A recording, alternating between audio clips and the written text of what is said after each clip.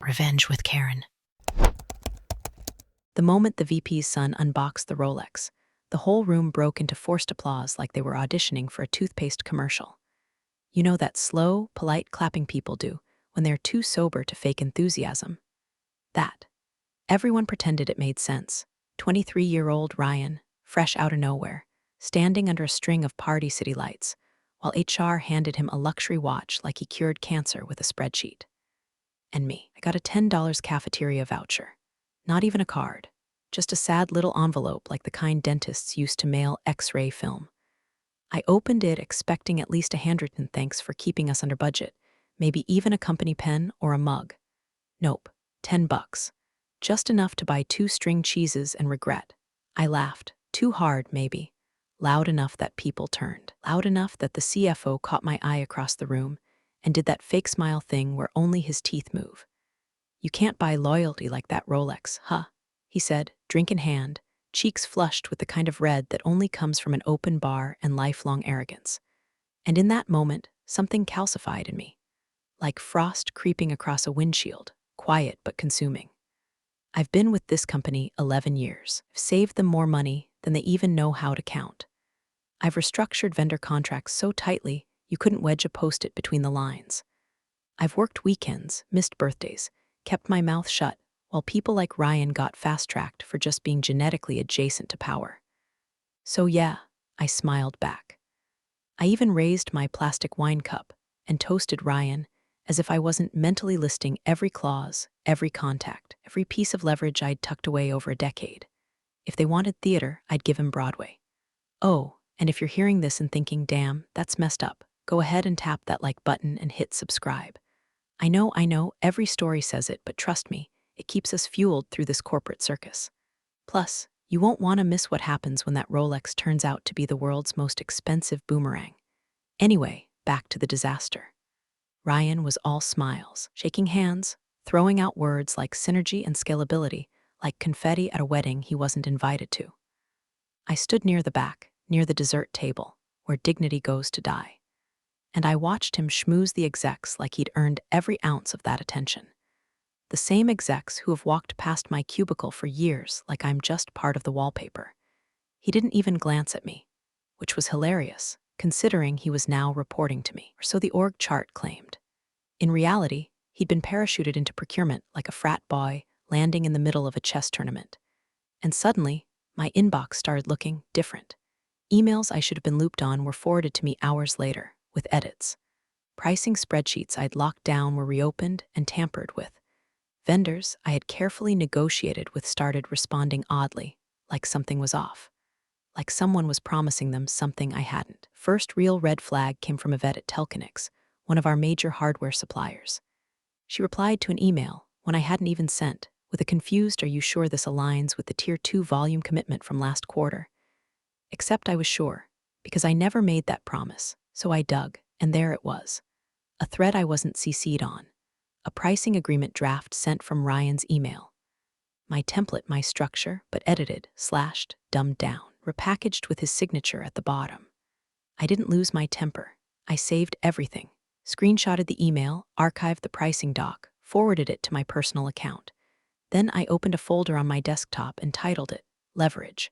I didn't know exactly where this was going yet, but I'd seen enough train wrecks to know when someone's dancing on the tracks with earbuds in. Ryan thought he was untouchable. The CFO thought I was invisible. Good. Them keep thinking that. The first time I saw one of my spreadsheets renamed Final Use this one, I knew the kid had been digging around in my folders. That's the sacred naming convention of clueless amateurs trying to look professional. I opened the file, and sure enough, he'd butchered it. My meticulous vendor tier breakdowns were flattened into a single column of wishful thinking, like he just Googled bulk discount and ran with it. I didn't say a word. Not to him, not to the CFO. Not yet. Instead, I scrolled through the change history. There it was, Ryan R., timestamped 2:47 a.m., editing from a damn iPad. Who negotiates procurement deals from an iPad? That's like trying to perform brain surgery with a fidget spinner. He'd removed escalation clauses, skipped freight charges, and inserted a column labeled stretch goals with numbers that didn't even align with our fiscal calendar. Worse, emailed it to vendors, without copying me. I found out because Yvette, God bless her, forwarded me his message with a single sentence. This doesn't match our agreement terms. Understatement of the year. The attachment was a Frankenstein dog, half my math, half Ryan's fantasy football stats. He'd even added a personal note at the bottom, looking forward to building an innovative, cost-optimized future together. I wanted to throw my monitor. Instead, I took a screenshot, then another. Then I started a new subfolder in my leverage directory, Kids' Greatest Hits. I didn't confront him. That's not how you deal with people who are convinced they're smarter than you. You let them keep talking. You let them keep hitting send. You let them CC the CFO on every botched outreach like it's a damn badge of honor. And that's exactly what he did. By the end of the week, he'd sent 5 emails to key vendors with the CFO looped in. Subject lines like, updated pricing structure and new strategic procurement lead. Not only did he not mention me, he referred to himself as Procurement Innovation Officer. I checked, no such title exists. But there it was in his signature, right under MBA candidate, class of never. The CFO didn't reply to any of the threads. He just left the kid hanging like a rotten carrot. But he read them. I could see the read receipts. When someone's reading your work and saying nothing, that silence is louder than a firing squad. That silence, that's complicity. I started building my archive like a lawyer prepping for war. Each time Ryan sent a new email, I saved it. Each time a vendor responded with confusion or concern, I flagged it. Every misstep was documented. I wasn't angry anymore. I was focused, like a dog hearing a far-off whistle. By Friday, one of our mid-tier vendors, Hypercon, pushed back hard. The reply to Ryan Reed per our signed agreement with Mary Kay. Pricing is locked until Q3 2025. We are confused by the conflicting terms. They copied me. That was new. I responded with a short, professional clarification and attached the original signed documents. I didn't mention Ryan. I didn't have to. The contrast between his chaos and my control was loud enough. 10 minutes later, Greg Weller, CEO of our largest vendor and someone I'd quietly built rapport with over the years, sent me a 2-word reply to my clarification. Still steering? I stared at that email for a long time. No signature. No fluff, just confirmation. He knew who the real contact was, who'd kept the deals clean, who mattered. But Ryan didn't know Greg. He'd never met him, never negotiated with him, probably didn't even realize Greg had my personal number saved under MK Wrench. That's the thing about long games. They look boring until they don't. So I kept playing mine.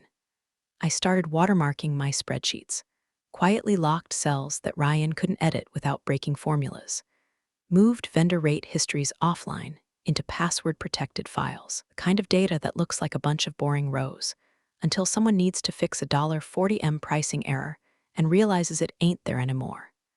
Meanwhile, the CFO kept praising Ryan in meetings like he was Moses parting the Red Sea with a pivot table. The kid's hungry, he said during the Monday stand-up. We need fresh eyes in procurement. Sure, let's see how fresh those eyes feel when they're staring down a canceled vendor contract and a blown quarterly budget. Because while Ryan was rewriting my spreadsheets, I was rewriting the rules, and he hadn't even noticed the pen was in my hand. There was a time Greg Weller and I negotiated a $9.6 million renewal in the back of a Chicago steakhouse, sharing one plate of fries because the kitchen closed early. We'd just come out of a tech summit, with tired and half-sick of corporate doublespeak. I remember wiping ketchup off a napkin and sketching out a workaround for quarterly supply spikes. He offered to formalize it in the contract right then and there. No legal, no loopback, just trust, ink, and one shared understanding. I wasn't like the others they sent before. That was 7 years ago.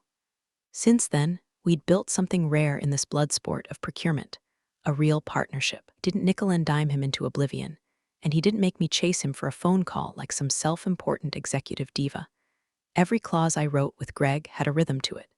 We built fail-safes, multi-tier discounts, early pay incentives, shipment flexibility buffers, all subtle, all boring to the untrained eye. But if contracts are a chessboard, I held the queen in my hand, and Ryan didn't even know how to set up the board. The CFO didn't care. Really? He was allergic to details and married to optics. That's why, when Ryan started babbling to the board about strategic sourcing pipelines, the CFO smiled like he was watching his son hit a little league home run. Fresh eyes, he said. We needed this energy in procurement. Energy, right. like enthusiasm ever saved us from a missed container deadline in Q4. I sat in that boardroom, silent. Ryan pulled up one of my slide decks from 6 months ago and pitched it like it was fresh off his brainstem. He even forgot to remove my initials from the file name footer. MKQ2 vendor rollover draft V5. That's how lazy he was. That's how blind they were. And still, I said nothing. Because I had work to do. Real work. That night, I opened the master agreement with Greg's firm, Lineark Supply Partners. It was due for a review anyway. We're coming up on the auto-renewal, and no one else had remembered. Certainly not Ryan. I scrolled down to Appendix C, Discount Qualification Terms. That's where the magic lived. Under the section that had previously read, Preferred Pricing Tiers Subject to Client Eligibility and Mutual Agreement, I added one sentence. Just one, tucked in like a sleepy comma at the end of a paragraph. All preferential rates shall be contingent upon the ongoing active authorization of Mary Kay, Senior Procurement Analyst, as designated liaison. No alarms, no red flags, just a line. Then I added a timestamp, ran the draft through our contract management system, and queued it for Greg's review. He signed it in under 10 minutes. Didn't even email me. Just sent a thumbs up on our Signal thread. Deleted the message. Back on our internal system, I marked the contract ratified and buried it under the usual file name soup. LSB Master Agreement, Renewal Final PDF. No one would look twice. Especially not Ryan, who still thought Control plus F was a superpower. The clause didn't trigger anything today.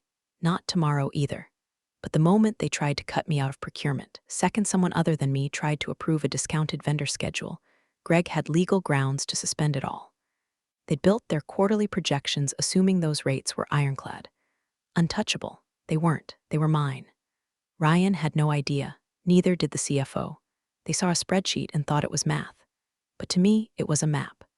A system of buried levers, each tied to a decade of relationships, favors, private calls, and yes, details. The kind Ryan mocked.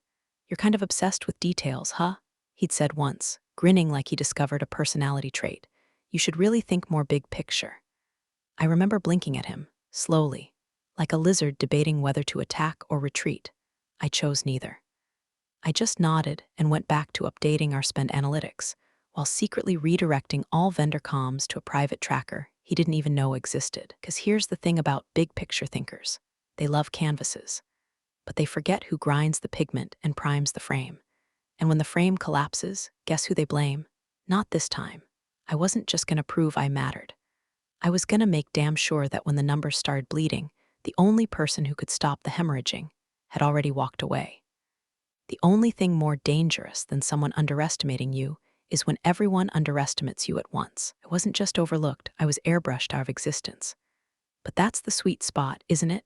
You stop existing in their field of vision, and suddenly you can move however the hell you want. So I did. I started small, my monthly vendor reconciliation reports. I'd always kept them clean, digestible, and boring by design. Now they had footnotes. Not flashy, not bold, just specific. Terms pending eligibility validation per section 9.3 of the master agreement, or authorization contingent on designated liaison status, outlined in clause B.2. If anyone bothered to trace those footnotes through the actual legal language, they'd find all roads led to me. And if they didn't, even better. Then came the compliance logs. I added 2 new fields, authorization chain verified and signatory cross-match pending. Every time Ryan tried to push through a vendor update or modification, those fields showed as incomplete. No alerts, no errors, just a silent loop that required my input. Our software didn't know Ryan wasn't authorized, but I did, and I made sure the system obeyed the contracts, not the org chart. Meanwhile, Ryan kept bouncing around like a Labrador on espresso. He scheduled meetings with vendors without looping me in, sent out updated decks riddled with promises we'd never agreed to. At one point, he told the rep from Fusion Logics that we could lock in Q1 rates through fiscal year-end if they expedited shipping. That clause didn't exist. That price point didn't either. I found out when the Fusion Logics rep emailed me directly with a confused, just double-checking here, was this your intent? Attached was a PDF with Ryan's smiling face in the header and my initials pasted onto the signature block. I didn't respond immediately.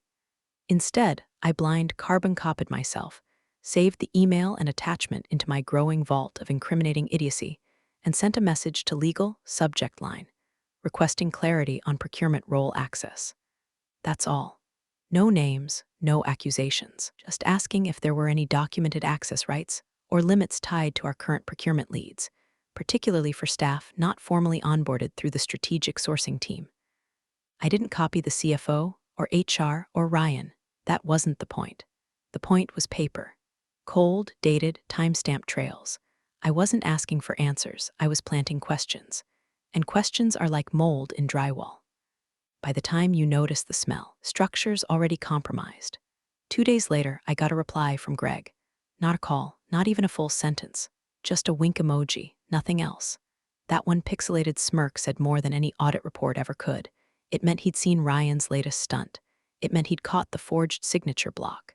It meant he was waiting for me. I went into the contract management system again. Quietly revised 2 inactive vendor agreements, swapping boilerplate language for new versions that required quarterly revalidation by the originating procurement contact as documented in the certified approval trail. Nobody reads that stuff. Not until they have to. Then came the town hall. Our CFO strutted up like a rooster who'd just learned the word margin. Slides behind him, smug grin in front. He waved at Ryan mid-speech like a proud pageant mom. Just want to acknowledge the forward momentum this team's brought. Our pricing pipeline is locked in for the next 3 years. Untouchable, he said, pausing to let the word hang there like gospel. My jaw didn't clench. My face didn't twitch. I smiled, because I knew he was standing on a frozen lake in spring. 3 years? They couldn't even guarantee 3 weeks. He didn't realize that most of those locked deals had rider clauses written by me, clauses that triggered automatic suspensions if anyone besides the original signatory made changes without documented oversight. And guess what hadn't been happening? Oversight. That pipeline he was bragging about, it ran straight through my desk. And right now, the valves were closed. Every rate, every freight term, every buffer zone, they all required my digital signature. And I had quietly set them to expire if untouched after 30 days. Tick, tock. No one noticed the timer. But I did, and I wasn't counting down. I was watching the fuse. I was knee-deep in Q2 spend reconciliation when I found it. One of those moments where you're chasing down a vendor discrepancy for the 3rd damn time and suddenly something. Smells. You know what I mean. The numbers weren't just wrong, they were off, in a pattern. The kind of pattern that doesn't happen unless someone's playing games behind your back with a half-baked deck of cards. It started with a $78,000 overage from Orion Components, one of our smaller parts suppliers. Their pricing tier had inexplicably jumped to something I hadn't seen since pre-COVID rates. I checked the contract, still locked. I checked the amendment log, unchanged. But when I pulled the latest invoice from their portal, I noticed something buried in the metadata. Tier C consultant advised. I damn near choked on my coffee. Consultant advised. Didn't have any consultants working on Tier 2 vendors. We never had. That was my portfolio. Which meant one thing, someone was moonlighting. Slipping rate sheets out the back door like counterfeit bills. Ryan. I checked his calendar, public of course, because he was too cocky to hide his tracks. There it was. A recurring Thursday morning strategy sync with a company called Athena Operations Group. I'd never heard of them. No NDA on file. No vendor profile. I dug a little deeper. Athena's website was a glossy nothing burger, stock photos of diverse handshakes, meaningless buzzwords like solutions integrators and growth architecture. But the domain registration, that led somewhere real. A single name LLC tied to a guy named Brad Holloway, former junior exec at a rival firm who'd been fired for, wait for it, non-compete violations. Ryan was leaking our vendor pricing tiers to an external partner in exchange for what kickbacks, consultant fees, referral bonuses. I didn't need the specifics. I had the scent. Still, I didn't storm in, didn't call legal, didn't even forward the files. Instead, I opened a new Proton Mail account from a burner Chromebook I kept in my closet for exactly this sort of situation. Sent one anonymous tip to internal audit. Check Athena Operations Group and Ryan R. For potential co, I tied to Orion Components and Fusion Logic's rate variance. No attachments, no breadcrumbs, just smoke. Then I waited. 2 days later, the air shifted. Audit didn't say a word publicly, but I could feel the tension slithering through the halls. The CFO's door stayed closed all morning. Ryan skipped the 10 a.m. procurement huddle, which was already rare considering how much he loved the sound of his own buzzwords. Legal started walking around with clipboards like it was Easter, and they were hunting eggs full of liability. Then, just before lunch, I passed by conference room D, all glass walls, poor man's fishbowl. Inside sat the CFO, legal counsel, and the head of audit. Ryan was nowhere in sight. I wasn't trying to eavesdrop. Really, I wasn't. But glass doesn't block sound. When the CFO leaned forward and said, loud enough for me to catch it, "Is that clause even enforceable if it's embedded in the vendor addendum?" I stopped walking. Legal replied, voice low. I couldn't hear her exact words, but the look on the CFO's face said enough. Pale, tight-jawed, like someone just told him the brakes don't work and he's already halfway down the hill. That clause? Yeah, that clause. When I tucked into Greg's latest contract like a landmine made of semicolons and passive voice. The clause that said any breach of procurement confidentiality nullifies active discount tiers pending compliance audit. And if Ryan's little consulting gig qualified as a breach, boom, game over. I kept walking. Didn't smile. Didn't smirk. Just filed that moment in the same folder as everything else. Leverage, only this one. It didn't need screenshots, didn't need timestamps.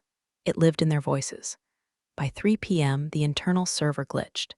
Vendor dashboards started graying out, and I got a single signal message from Greg. Looks like someone triggered the parachute. You ready? I didn't respond. But I was. The CFO's voice echoed through the company's broadcast room like he thought he was auditioning for CNBC. This leadership team, especially Ryan and myself, spearheaded the most competitive vendor pricing structure in the company's history, he declared, chest puffed out like a microwaved hot dog. He said it like he was announcing a moon landing, not regurgitating numbers from spreadsheets he didn't even understand. I was sitting 10 feet away, off camera, but not out of range. I didn't flinch, didn't blink. I just stared at the screen where our quarterly press call was being live-streamed to analysts, partners, whatever poor interns were still trying to climb the ladder without realizing it's made of cardboard and lies. Ryan sat beside him, nodding along like a bobblehead in a business suit. His tie was crooked. His shoes were too shiny, like he'd just unwrapped them that morning. I watched him field questions about leveraging scale and innovative procurement frameworks, like he'd actually built something. Like he wasn't just riding the wave I spent 11 years creating. Still, I waited, because just before that call, my phone buzzed. A private number, one I recognized by feel alone. Greg, do I have your permission to act? He asked, voice like stone cracking. That was all he said, and I didn't hesitate. Yes, I replied. Click, that was it. No drama, no explanation, no grand monologue. Just one green light from the one person they forgot still held the keys. See, they thought the deals were eternal. That vendor rates were cement, not scaffolding. That once signed, a discount becomes divine law. But every clause I'd written into those agreements was alive. Breathing, contingent, fragile, and conditional. Conditional on me, and I was done protecting them. That night, I logged into our procurement dashboard like I always did before bed. Half habit, half curiosity. Everything looked normal at first. Then I noticed the rate sheet from Linux Supply had shifted. Blue banner that used to say preferred partner pricing. Tier 1, active, was now grayed out. Replaced with a blinking alert, rate status. Suspended, no active authorization on file. I checked the others. Hypercon, Orion, Fusion Logics. One by one, the preferred rates vanished like light bulbs flickering out. All the hard-won discounts, freight advantages, buffer terms, they were gone. Not deleted, not erased, just revoked. In their place, standard pricing, forgiving, retail-level pricing. The kind that hits your quarterly forecast like a wrecking ball through sugar glass. The CFO's historic pricing structure. It just expired in real time. I didn't tell anyone. I closed my laptop, poured a glass of wine, and sat in the quiet. Then it came. An email. No text, no body, just a subject line. Executed. Greg didn't need to say more. I stared at it, letting the silence do what words never could. This wasn't just a tactical win, it was a seismic correction. A rebalancing. They had built a cathedral on my bones, and now they were hearing the beams groan. The CFO wouldn't understand right away. Not until Monday's procurement orders bounced back with red flags and inflated numbers. Not until finance called, wondering why projected costs suddenly ballooned by 18%. Not until legal started asking why certain agreements now required verification from a person they hadn't looped in since Q1. Not until the vendors stopped answering Ryan's emails, because Greg would make damn sure no one talked to anyone except me. And me, I was no longer picking up, because when someone erases your name from the story, you don't correct them.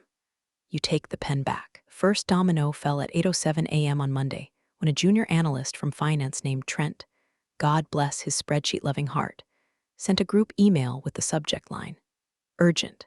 Vendor cost spike, please advise." Attached was a side-by-side breakdown of projected Q3 procurement spend versus updated quotes from Linarc, Hypercon, and Fusion Logics. The difference? Just shy of $11.4 million. That was before shipping costs. By 8:12, the thread had grown to 16 people. By 8:17, the CFO was looped in. At 8:24, he replied with 2 words, "Explain this." The panic was instant, palpable. You could hear it in the typing, emails flying like shrapnel, Slack messages lighting up like a Vegas Buffett sign. Everyone suddenly just circling back on documents they'd ignored for months, pretending like this wasn't the digital equivalent of a 5-alarm fire. Meanwhile, Ryan was missing. His Outlook status read in transit, which could mean anything from commuting to flying private with a vape pen and a hangover. His calendar showed a supplier strategy session in Conference Room B at 9 a.m., but Conference Room B was empty, except for forgotten LaCroix can and a dry erase board that still had winning formula. Efficiency plus vision scrawled across it in dead expo marker. By 9 o'clock a.m., legal scheduled an urgent alignment for 10:30. No agenda, no invite to me. Just names, CFO, legal counsel, head of audit. I still wasn't looped in. I still didn't care. I watched the chaos unfold with the same expression you give a fire you didn't start. Damn well made sure the gas lines were exposed. I didn't offer to help, didn't poke my head in to clarify. I just sipped my lukewarm coffee and kept my headphones in, nodding along to a playlist titled Procurement Funeral. At 9:46, something beautiful happened. Greg's company, Linarc, pushed a system-wide vendor portal update. Every partner logged into our shared dashboard received the same alert. Soft gray text at the top of the screen, contract status. Suspended, no authorized signatory on file. That's when it really hit them. The rates weren't just missing, they were disabled. The systems weren't processing purchase orders. Everything routed through fallback channels, standard pricing, default shipping, net 60 terms. Terms we hadn't used in years. Terms that were financial cyanide. The CFO tried calling Greg directly. No answer. He emailed, bounced back with an auto-response.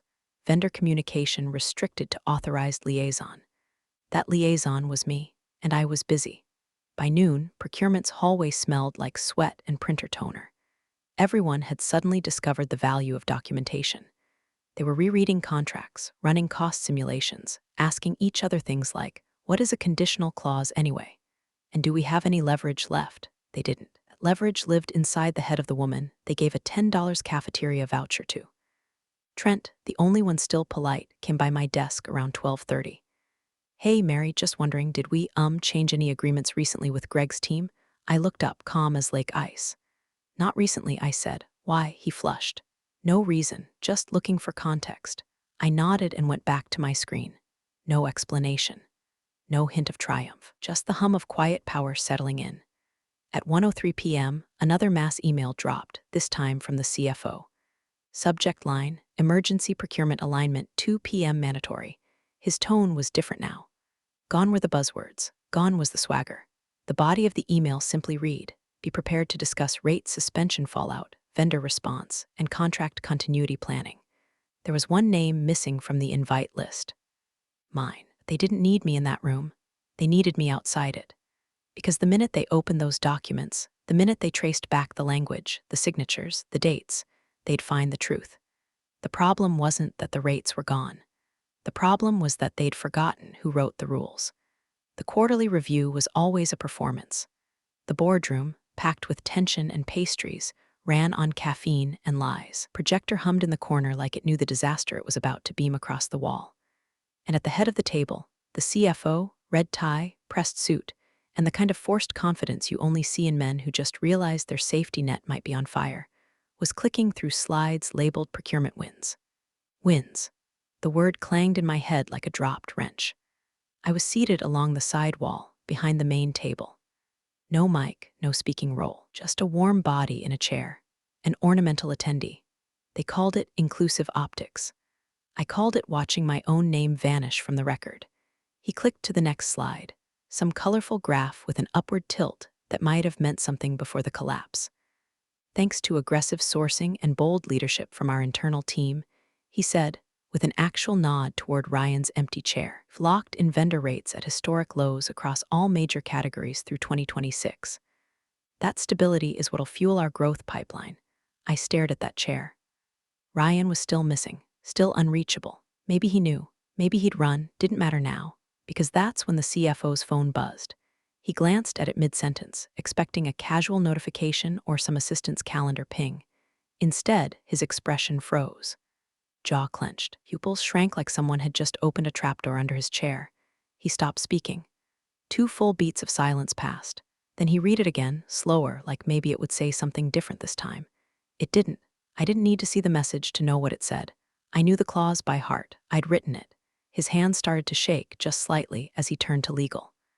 No eye contact with me.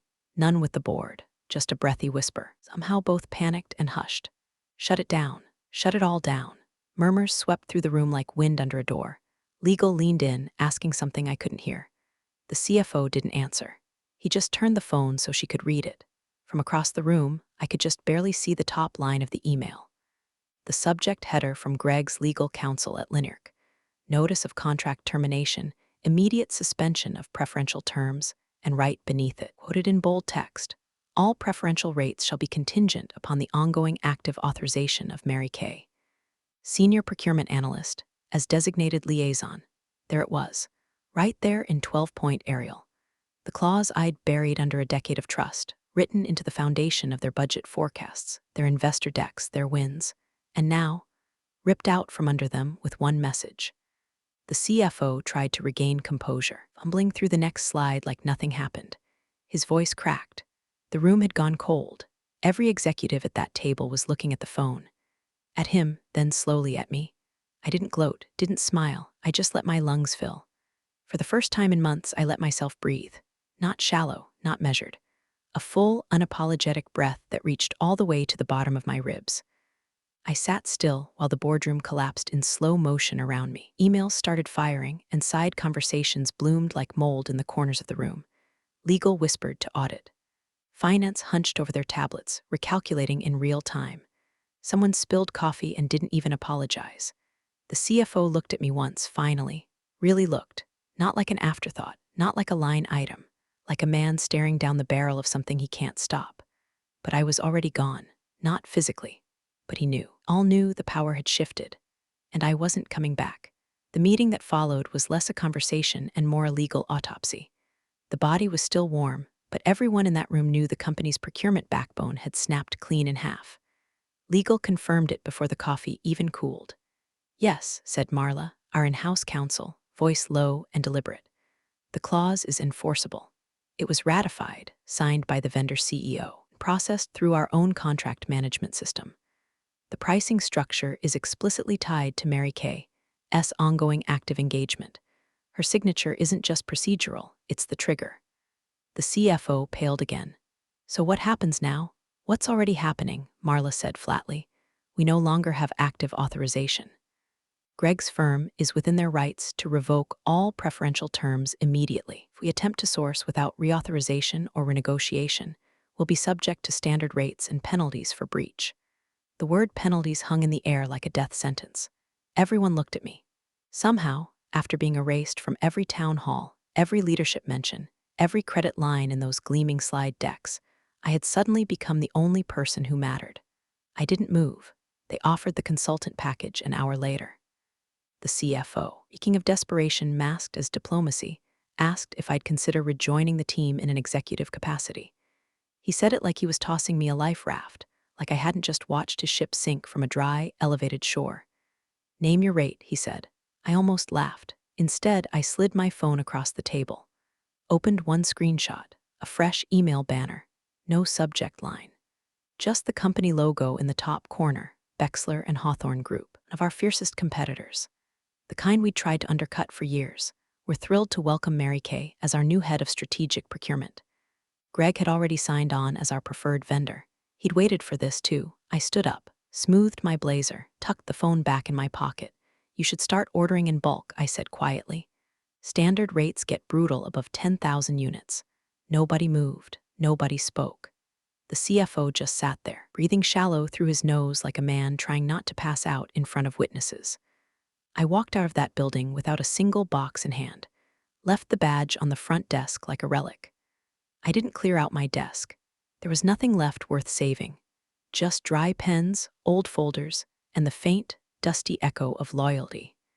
My new office had already been painted, a corner suite with a window overlooking the skyline and a quiet hum from the espresso machine just outside my door. No cubicles, no Ryan, no $10 voucher. They'd given him a Rolex.